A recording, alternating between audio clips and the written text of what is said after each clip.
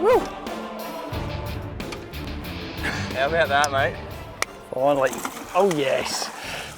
It's a dark looking fish, isn't it? It's taken us a little while to find fish, mate, but you started sounding a few there. Yeah. And this is coinciding precisely with your tide turn in Mackay about 30 minutes that way. That is pretty cool. There we go. Oh! This week on the AFN Fishing Show, it's a job interview with a difference. If budding fishing journo Bryn Matthews wants to write for Freshwater Fishing Magazine, he has to capture a 75 centimetre cod. Can he come up with the goods? Then we explore barra bite times with tournament angler Daniel Greck.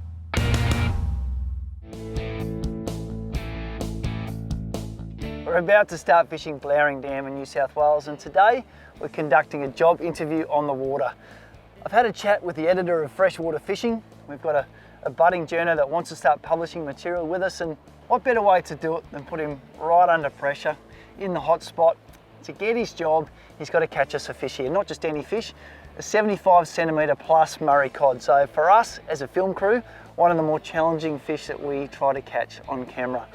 Bryn Matthews, today the Bryn turn, as we've coined him. What do you reckon your chances are? Well, it's a bit of a cool morning, but I've got a good feeling. If we do catch a fish, I think it's going to be a pretty good size one. So the pressure's well and truly on, Bryn. Let's hit the water. Bungs are in. First job for you, mate, is to actually put this boat in without getting me wet. Yep. Or bait sunk. Hope the coffee's hot too.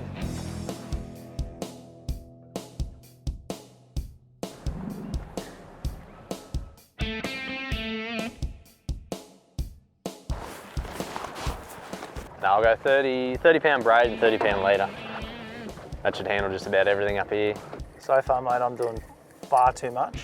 The Bryn clock is ticking at the moment, and we're not fishing. Plenty of time in today. Because you might be around here tomorrow. The way you're going, I'm tying your knots for you. Well, I normally work in a steelyard during the week, but getting time to work for Nigel, I think you'll find me back in the steelyard next week. We're just going to start off this morning casting hard body lures up in this bay. It's a bit shallower up here, but there's a lot of timber, and all the cod love to sit in around the timber. So we're going to work these snags pretty quietly and stealthily. We're only in about 10 foot of water, and these lures will swim to about 20 foot. So all we're going to do is cast them out. Now there's two main retrieves we're going to try to do. On each one, you want to crank that lure down pretty quick, and then the first one's just a slow roll. And these deeper lures will sort of swim pretty close to the bottom. And that slow roll sort of counts for most fish up here. And the second retrieve we're going to try to do is a bit more of a darty one. Where you do the same thing, crank your lure down, put a little bit more pace on your lure, and just pause it every now and then. And you'll find on those little pauses, you can find a big cod just following you. If you treat every cast like a big cod's following you, when they grab it, your heart's in your mouth because they just go boof. Murray cod, in my experience, one of the toughest fish to film because they are just so moody. They respond to the variables we have like moon, barometer, water temperature, and if they don't like it, they shut down. They're incredibly tough to catch. This day was starting to pan out like so many others I'd seen chasing Murray cod where the normal techniques weren't working, and it meant Bryn was then under pressure and he had to start thinking outside the box. Well, to catch any cod within a day, it's a reasonable task, but to give yourself a size limit and a time limit and work with all the conditions, yeah, it's definitely something you have to nut down and work out the best way to do it in the time frame.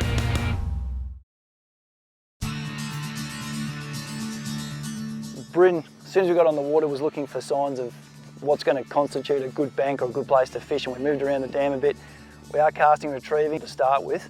First thing we noticed, it's 16 degrees and there was not a lot of bait, not a lot of arching on the sounder, so after a while, work out that something had to change, and we've come now to obviously a warmer part of the dam. Now we've moved on the trolling, and I'm pretty sure we're going to pick up a fish here. And mate, when it comes to being an intern and the boss starts complaining about having a sore shoulder from casting a whole lot without getting a bite, it's always a good tactic to change what you're doing. Yeah. Freshwater fishing just has a lot of challenges. You have many different varieties of fish that you can find pretty close to Wagga and the surrounding areas, and just the quality of fish in the area too, that you might only drive half an hour away from Wagga, and you can pick up, you know, fish that most guys in the country would just absolutely die to catch. One of the things to look for when you're picking a lure to troll is work out roughly what depth you want to troll in. Usually when you're scooting around the dam, have a bit of a look, you'll find arches, they all sit in one certain depth, and we found a few in about 18 foot of water, so we decided to troll in about 20 foot. But the biggest tip I can give is pick a lure that will run a lot deeper, like 30 foot, 35 foot, and have it in closer to the boat. It just gives you way more control over the lure when you're coming to a bit of a point or a rise or finding another hole, letting a bit of line out. Your lure will move up and down a lot quicker. Today I retrofitted my lure with Mustard 2.0 Ultra Point treble hooks. And whatever you do when you're trolling up here chasing these big fish, make sure your hooks are reliable, because they are the difference between catching a fish and losing one.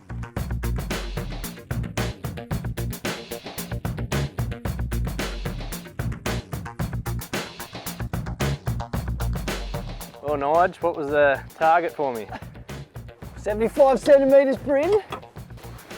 Little change of tactics a little while back. We cast till our arms got a little bit tired, which does happen when you're Murray cod fishing. And around the lunchtime period, we thought, let's have a relax, see if we can troll some banks, some likely looking banks. 15 foot of water. And mate, look at that. Such a special looking fish, look at you. Oh yes! Woo! He hit that hard too. Oh mate, I think straight away you went yes, and it's a good one. Yep. Oh wow. He is look solid. At that, Bryn. Yeah. Got the adrenaline going too, mate. I don't even have a rod in hand. That is so cool. That is a solid fish, Bryn. And it could well be the making of the Bryn turn, because we're about to put it on the lie detector and see has he passed the 75 centimetre plus test. Well, we're trolling that bank for a fair while, and I've got on this big salmo, and there's no point putting on any lure unless you've got, you know, good quality hooks, and these mustads are dug in there, and they're not coming out in any sort of a hurry. He had big head shakes to start off with, and yeah, they're buried. So yeah, mate, he's tipping the measurement at 82 centimetres, so Bryn has passed the test. Yeah, mate, that is a magnificent fish. Kept him out of the water long enough now. I think we'll give it a little breather, remove those hooks. Yep. Let it swim away for another day. That's awesome. Obviously trawling at the moment in depths up to 24 foot. And if you do hook fish in depths like that, yellow belly and cod, you tend to find that they can come up with a degree of barotrauma. And rather than sometimes swim them for too long and try and let them go down under their own steam, much better to have these release weights, which like a reverse hook with a big chunk of weight, get them back down to that depth they're comfortable at.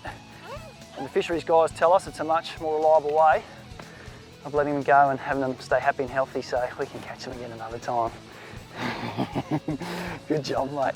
I think when I saw the fish come up and saw the size of it, and I knew it was going to be over 75, and once Nige dipped the net in and it was in the boat, it felt unreal just to go out and set yourself a task that's actually pretty difficult, and then to get the result at the end of the day, you can't get any better really. Bryn is back to being Bryn. He's no longer the Bryn turn. He's passed the test. Good lessons I've learned today on chasing your bigger cod is use your sounder, some research, your instincts to locate fish. Don't be afraid to use bigger profile lures, big bibs, up to that 30, 40 foot range to get you down deep. Make sure you stay in contact with it and put it through all those likely fish holding zones.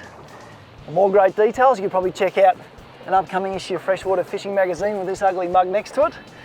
I'll take defeat on this day. I've learnt a lesson. He's probably going for my job, but hey, I think that's what they call succession planning these days. That note, I might put my tail between my legs. You can take me back to the boat ramp. Will do. Time to pull in lines. See you on the water somewhere else. For more details on Bryn's cod capture, check out his article in the latest copy of Freshwater Fishing Magazine. Available now at all good newsagents and tackle stores, or subscribe online at afn.com.au. There's a lot of fishing folk out there that subscribe to this theory known as bite times, and by that what they are suggesting is that for short periods through the day, fish feed more actively. I've decided to test this theory out in rather extreme circumstances. I've flown into Mackay and I'm here for only a 24-hour period. I got to the airport, I rang up a mate of mine who's a barramundi tournament pro, He subscribes to this theory very much. He believes that even though we're fishing in a dam, the fish here will respond to the local tide times not too far away. What I've said is, Dan, 24 hours, you pick 2 1-hour periods where you think the fish are going to feed more actively, and let's back ourselves to try and catch 4 barramundi between us during that time. Now Nigel's given me 2 hours to fish, 1 hour this afternoon, 1 hour in the morning, and now he's 5 minutes late. I need to start fishing now to try and catch 4 fish in that time. Sorry, Dan. Come on, mate. Pressure's on, let's go. Let's go. It took me a bit longer to get from the airport than I thought. Let's go, we've got an hour. Let's go very, very hard, and let's prove if the tide's turning down there, it'll make these guys bite.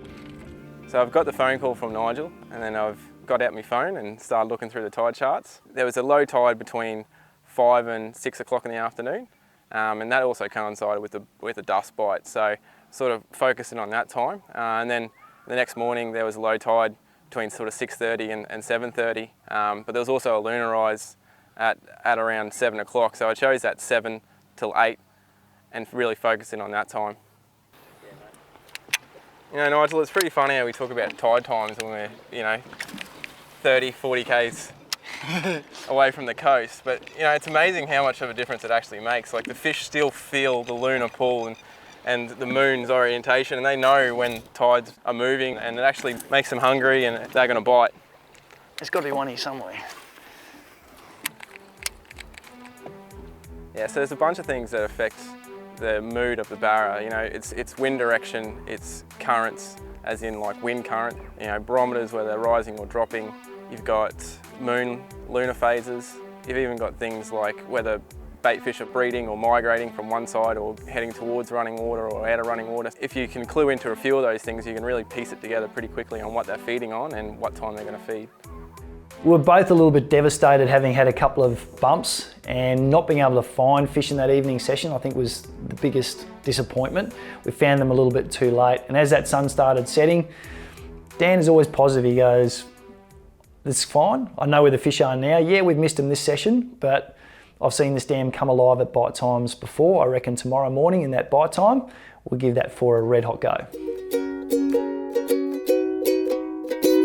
Yesterday failed a little bit. We ran out of time really to find fish. We started finding a few towards the end of the bite, so we had 15 minutes left in our bite time, and we got a few bumps and follows, which shows that the fish were there. We just didn't give ourselves enough time once we'd found them.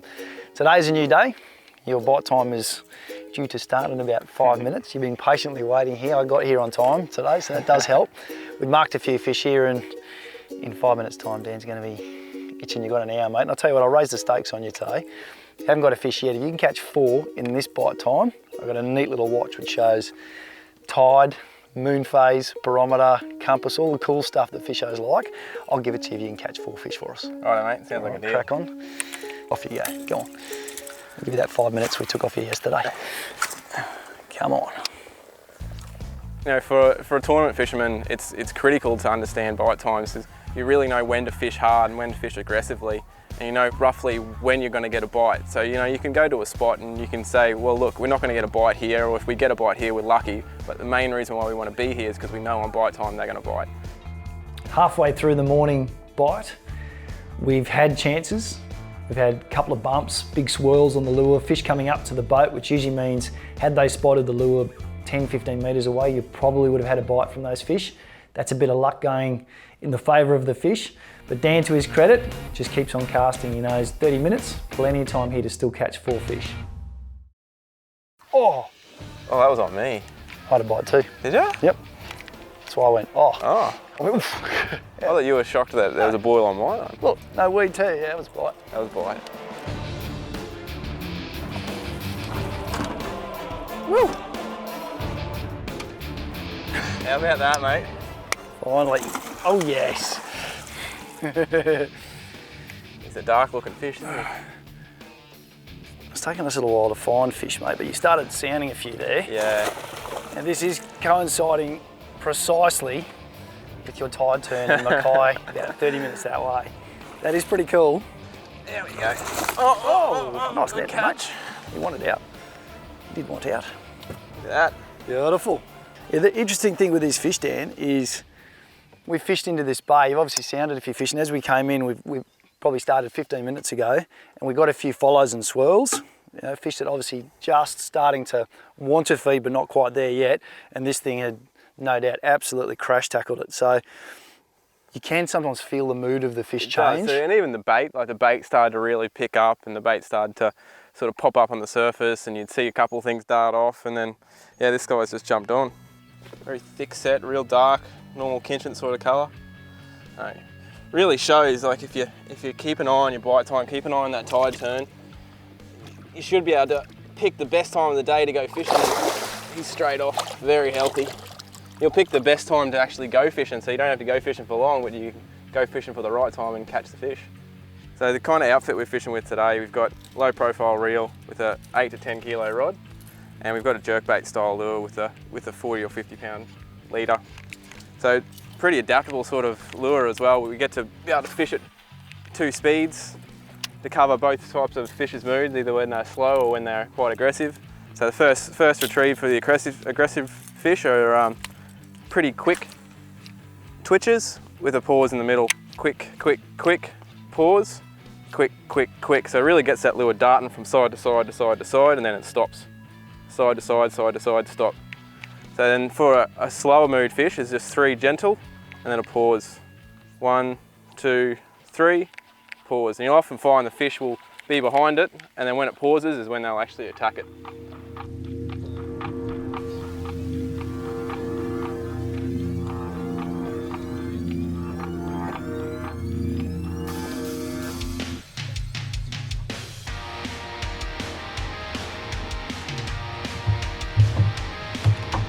He's right there.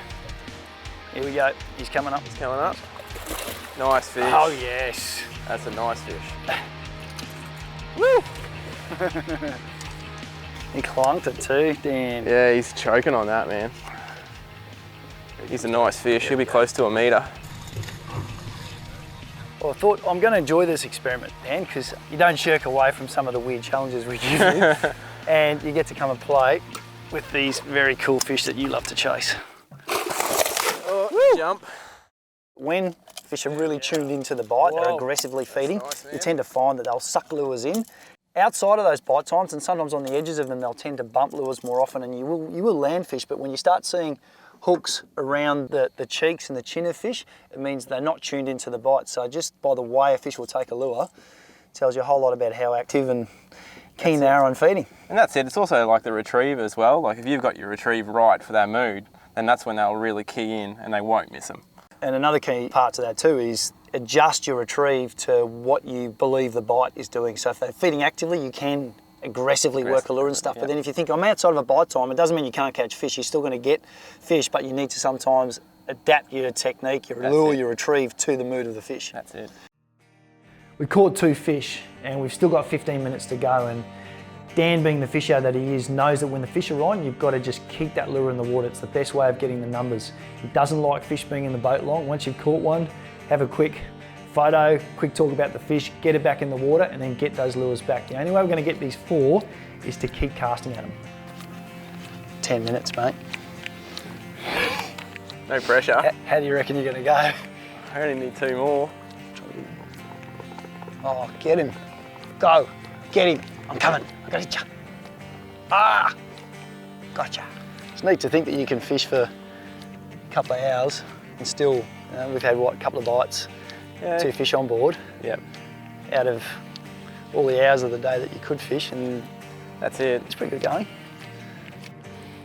Ultimately, the clock's run out. My G-Shock is safe on my wrist. Dan will have to wait for another chance to have a go at that. And it really comes down to missed opportunities, and that's such the way of fishing, that we fished at the right time. Ultimately, we had the chance to get those 4. We probably had a chance to get 5 or 6, but just because of missed bites and sometimes a bit of fortune where we ran out of room in the retrieve, we've missed those critical bites. It's that time, mate. It's time, Daniel. I tried. That, unfortunately, is fishing. That is. Thank you for giving you a little bite time challenge a go at very late notice, and good on you for not shirking it, because I reckon a lot of blokes I would have rung would have gone 2 and probably a little bit of hours of fishing. Yeah. You got the bites, you're pretty close to the money, so there's definitely something in there, We might have to explore at a later date. Yeah, that's all good. Getting dragged out, I know you got baby shopping to do now. I'd hate to hold you back from that. Let's get out of here. So considering for 2 hours we landed 2 fish, you know, I really think that we did pretty well. You know, we had other bites and we could have easily got those 4 fish. I definitely think there'll have to be a next time because I really want to prove this theory through. It's Bill Klassen here from The Fishing Show, and if you like this instructional video and want to learn more, it's simple. Go to fishingshowtv.com.au and see a whole host of additional videos.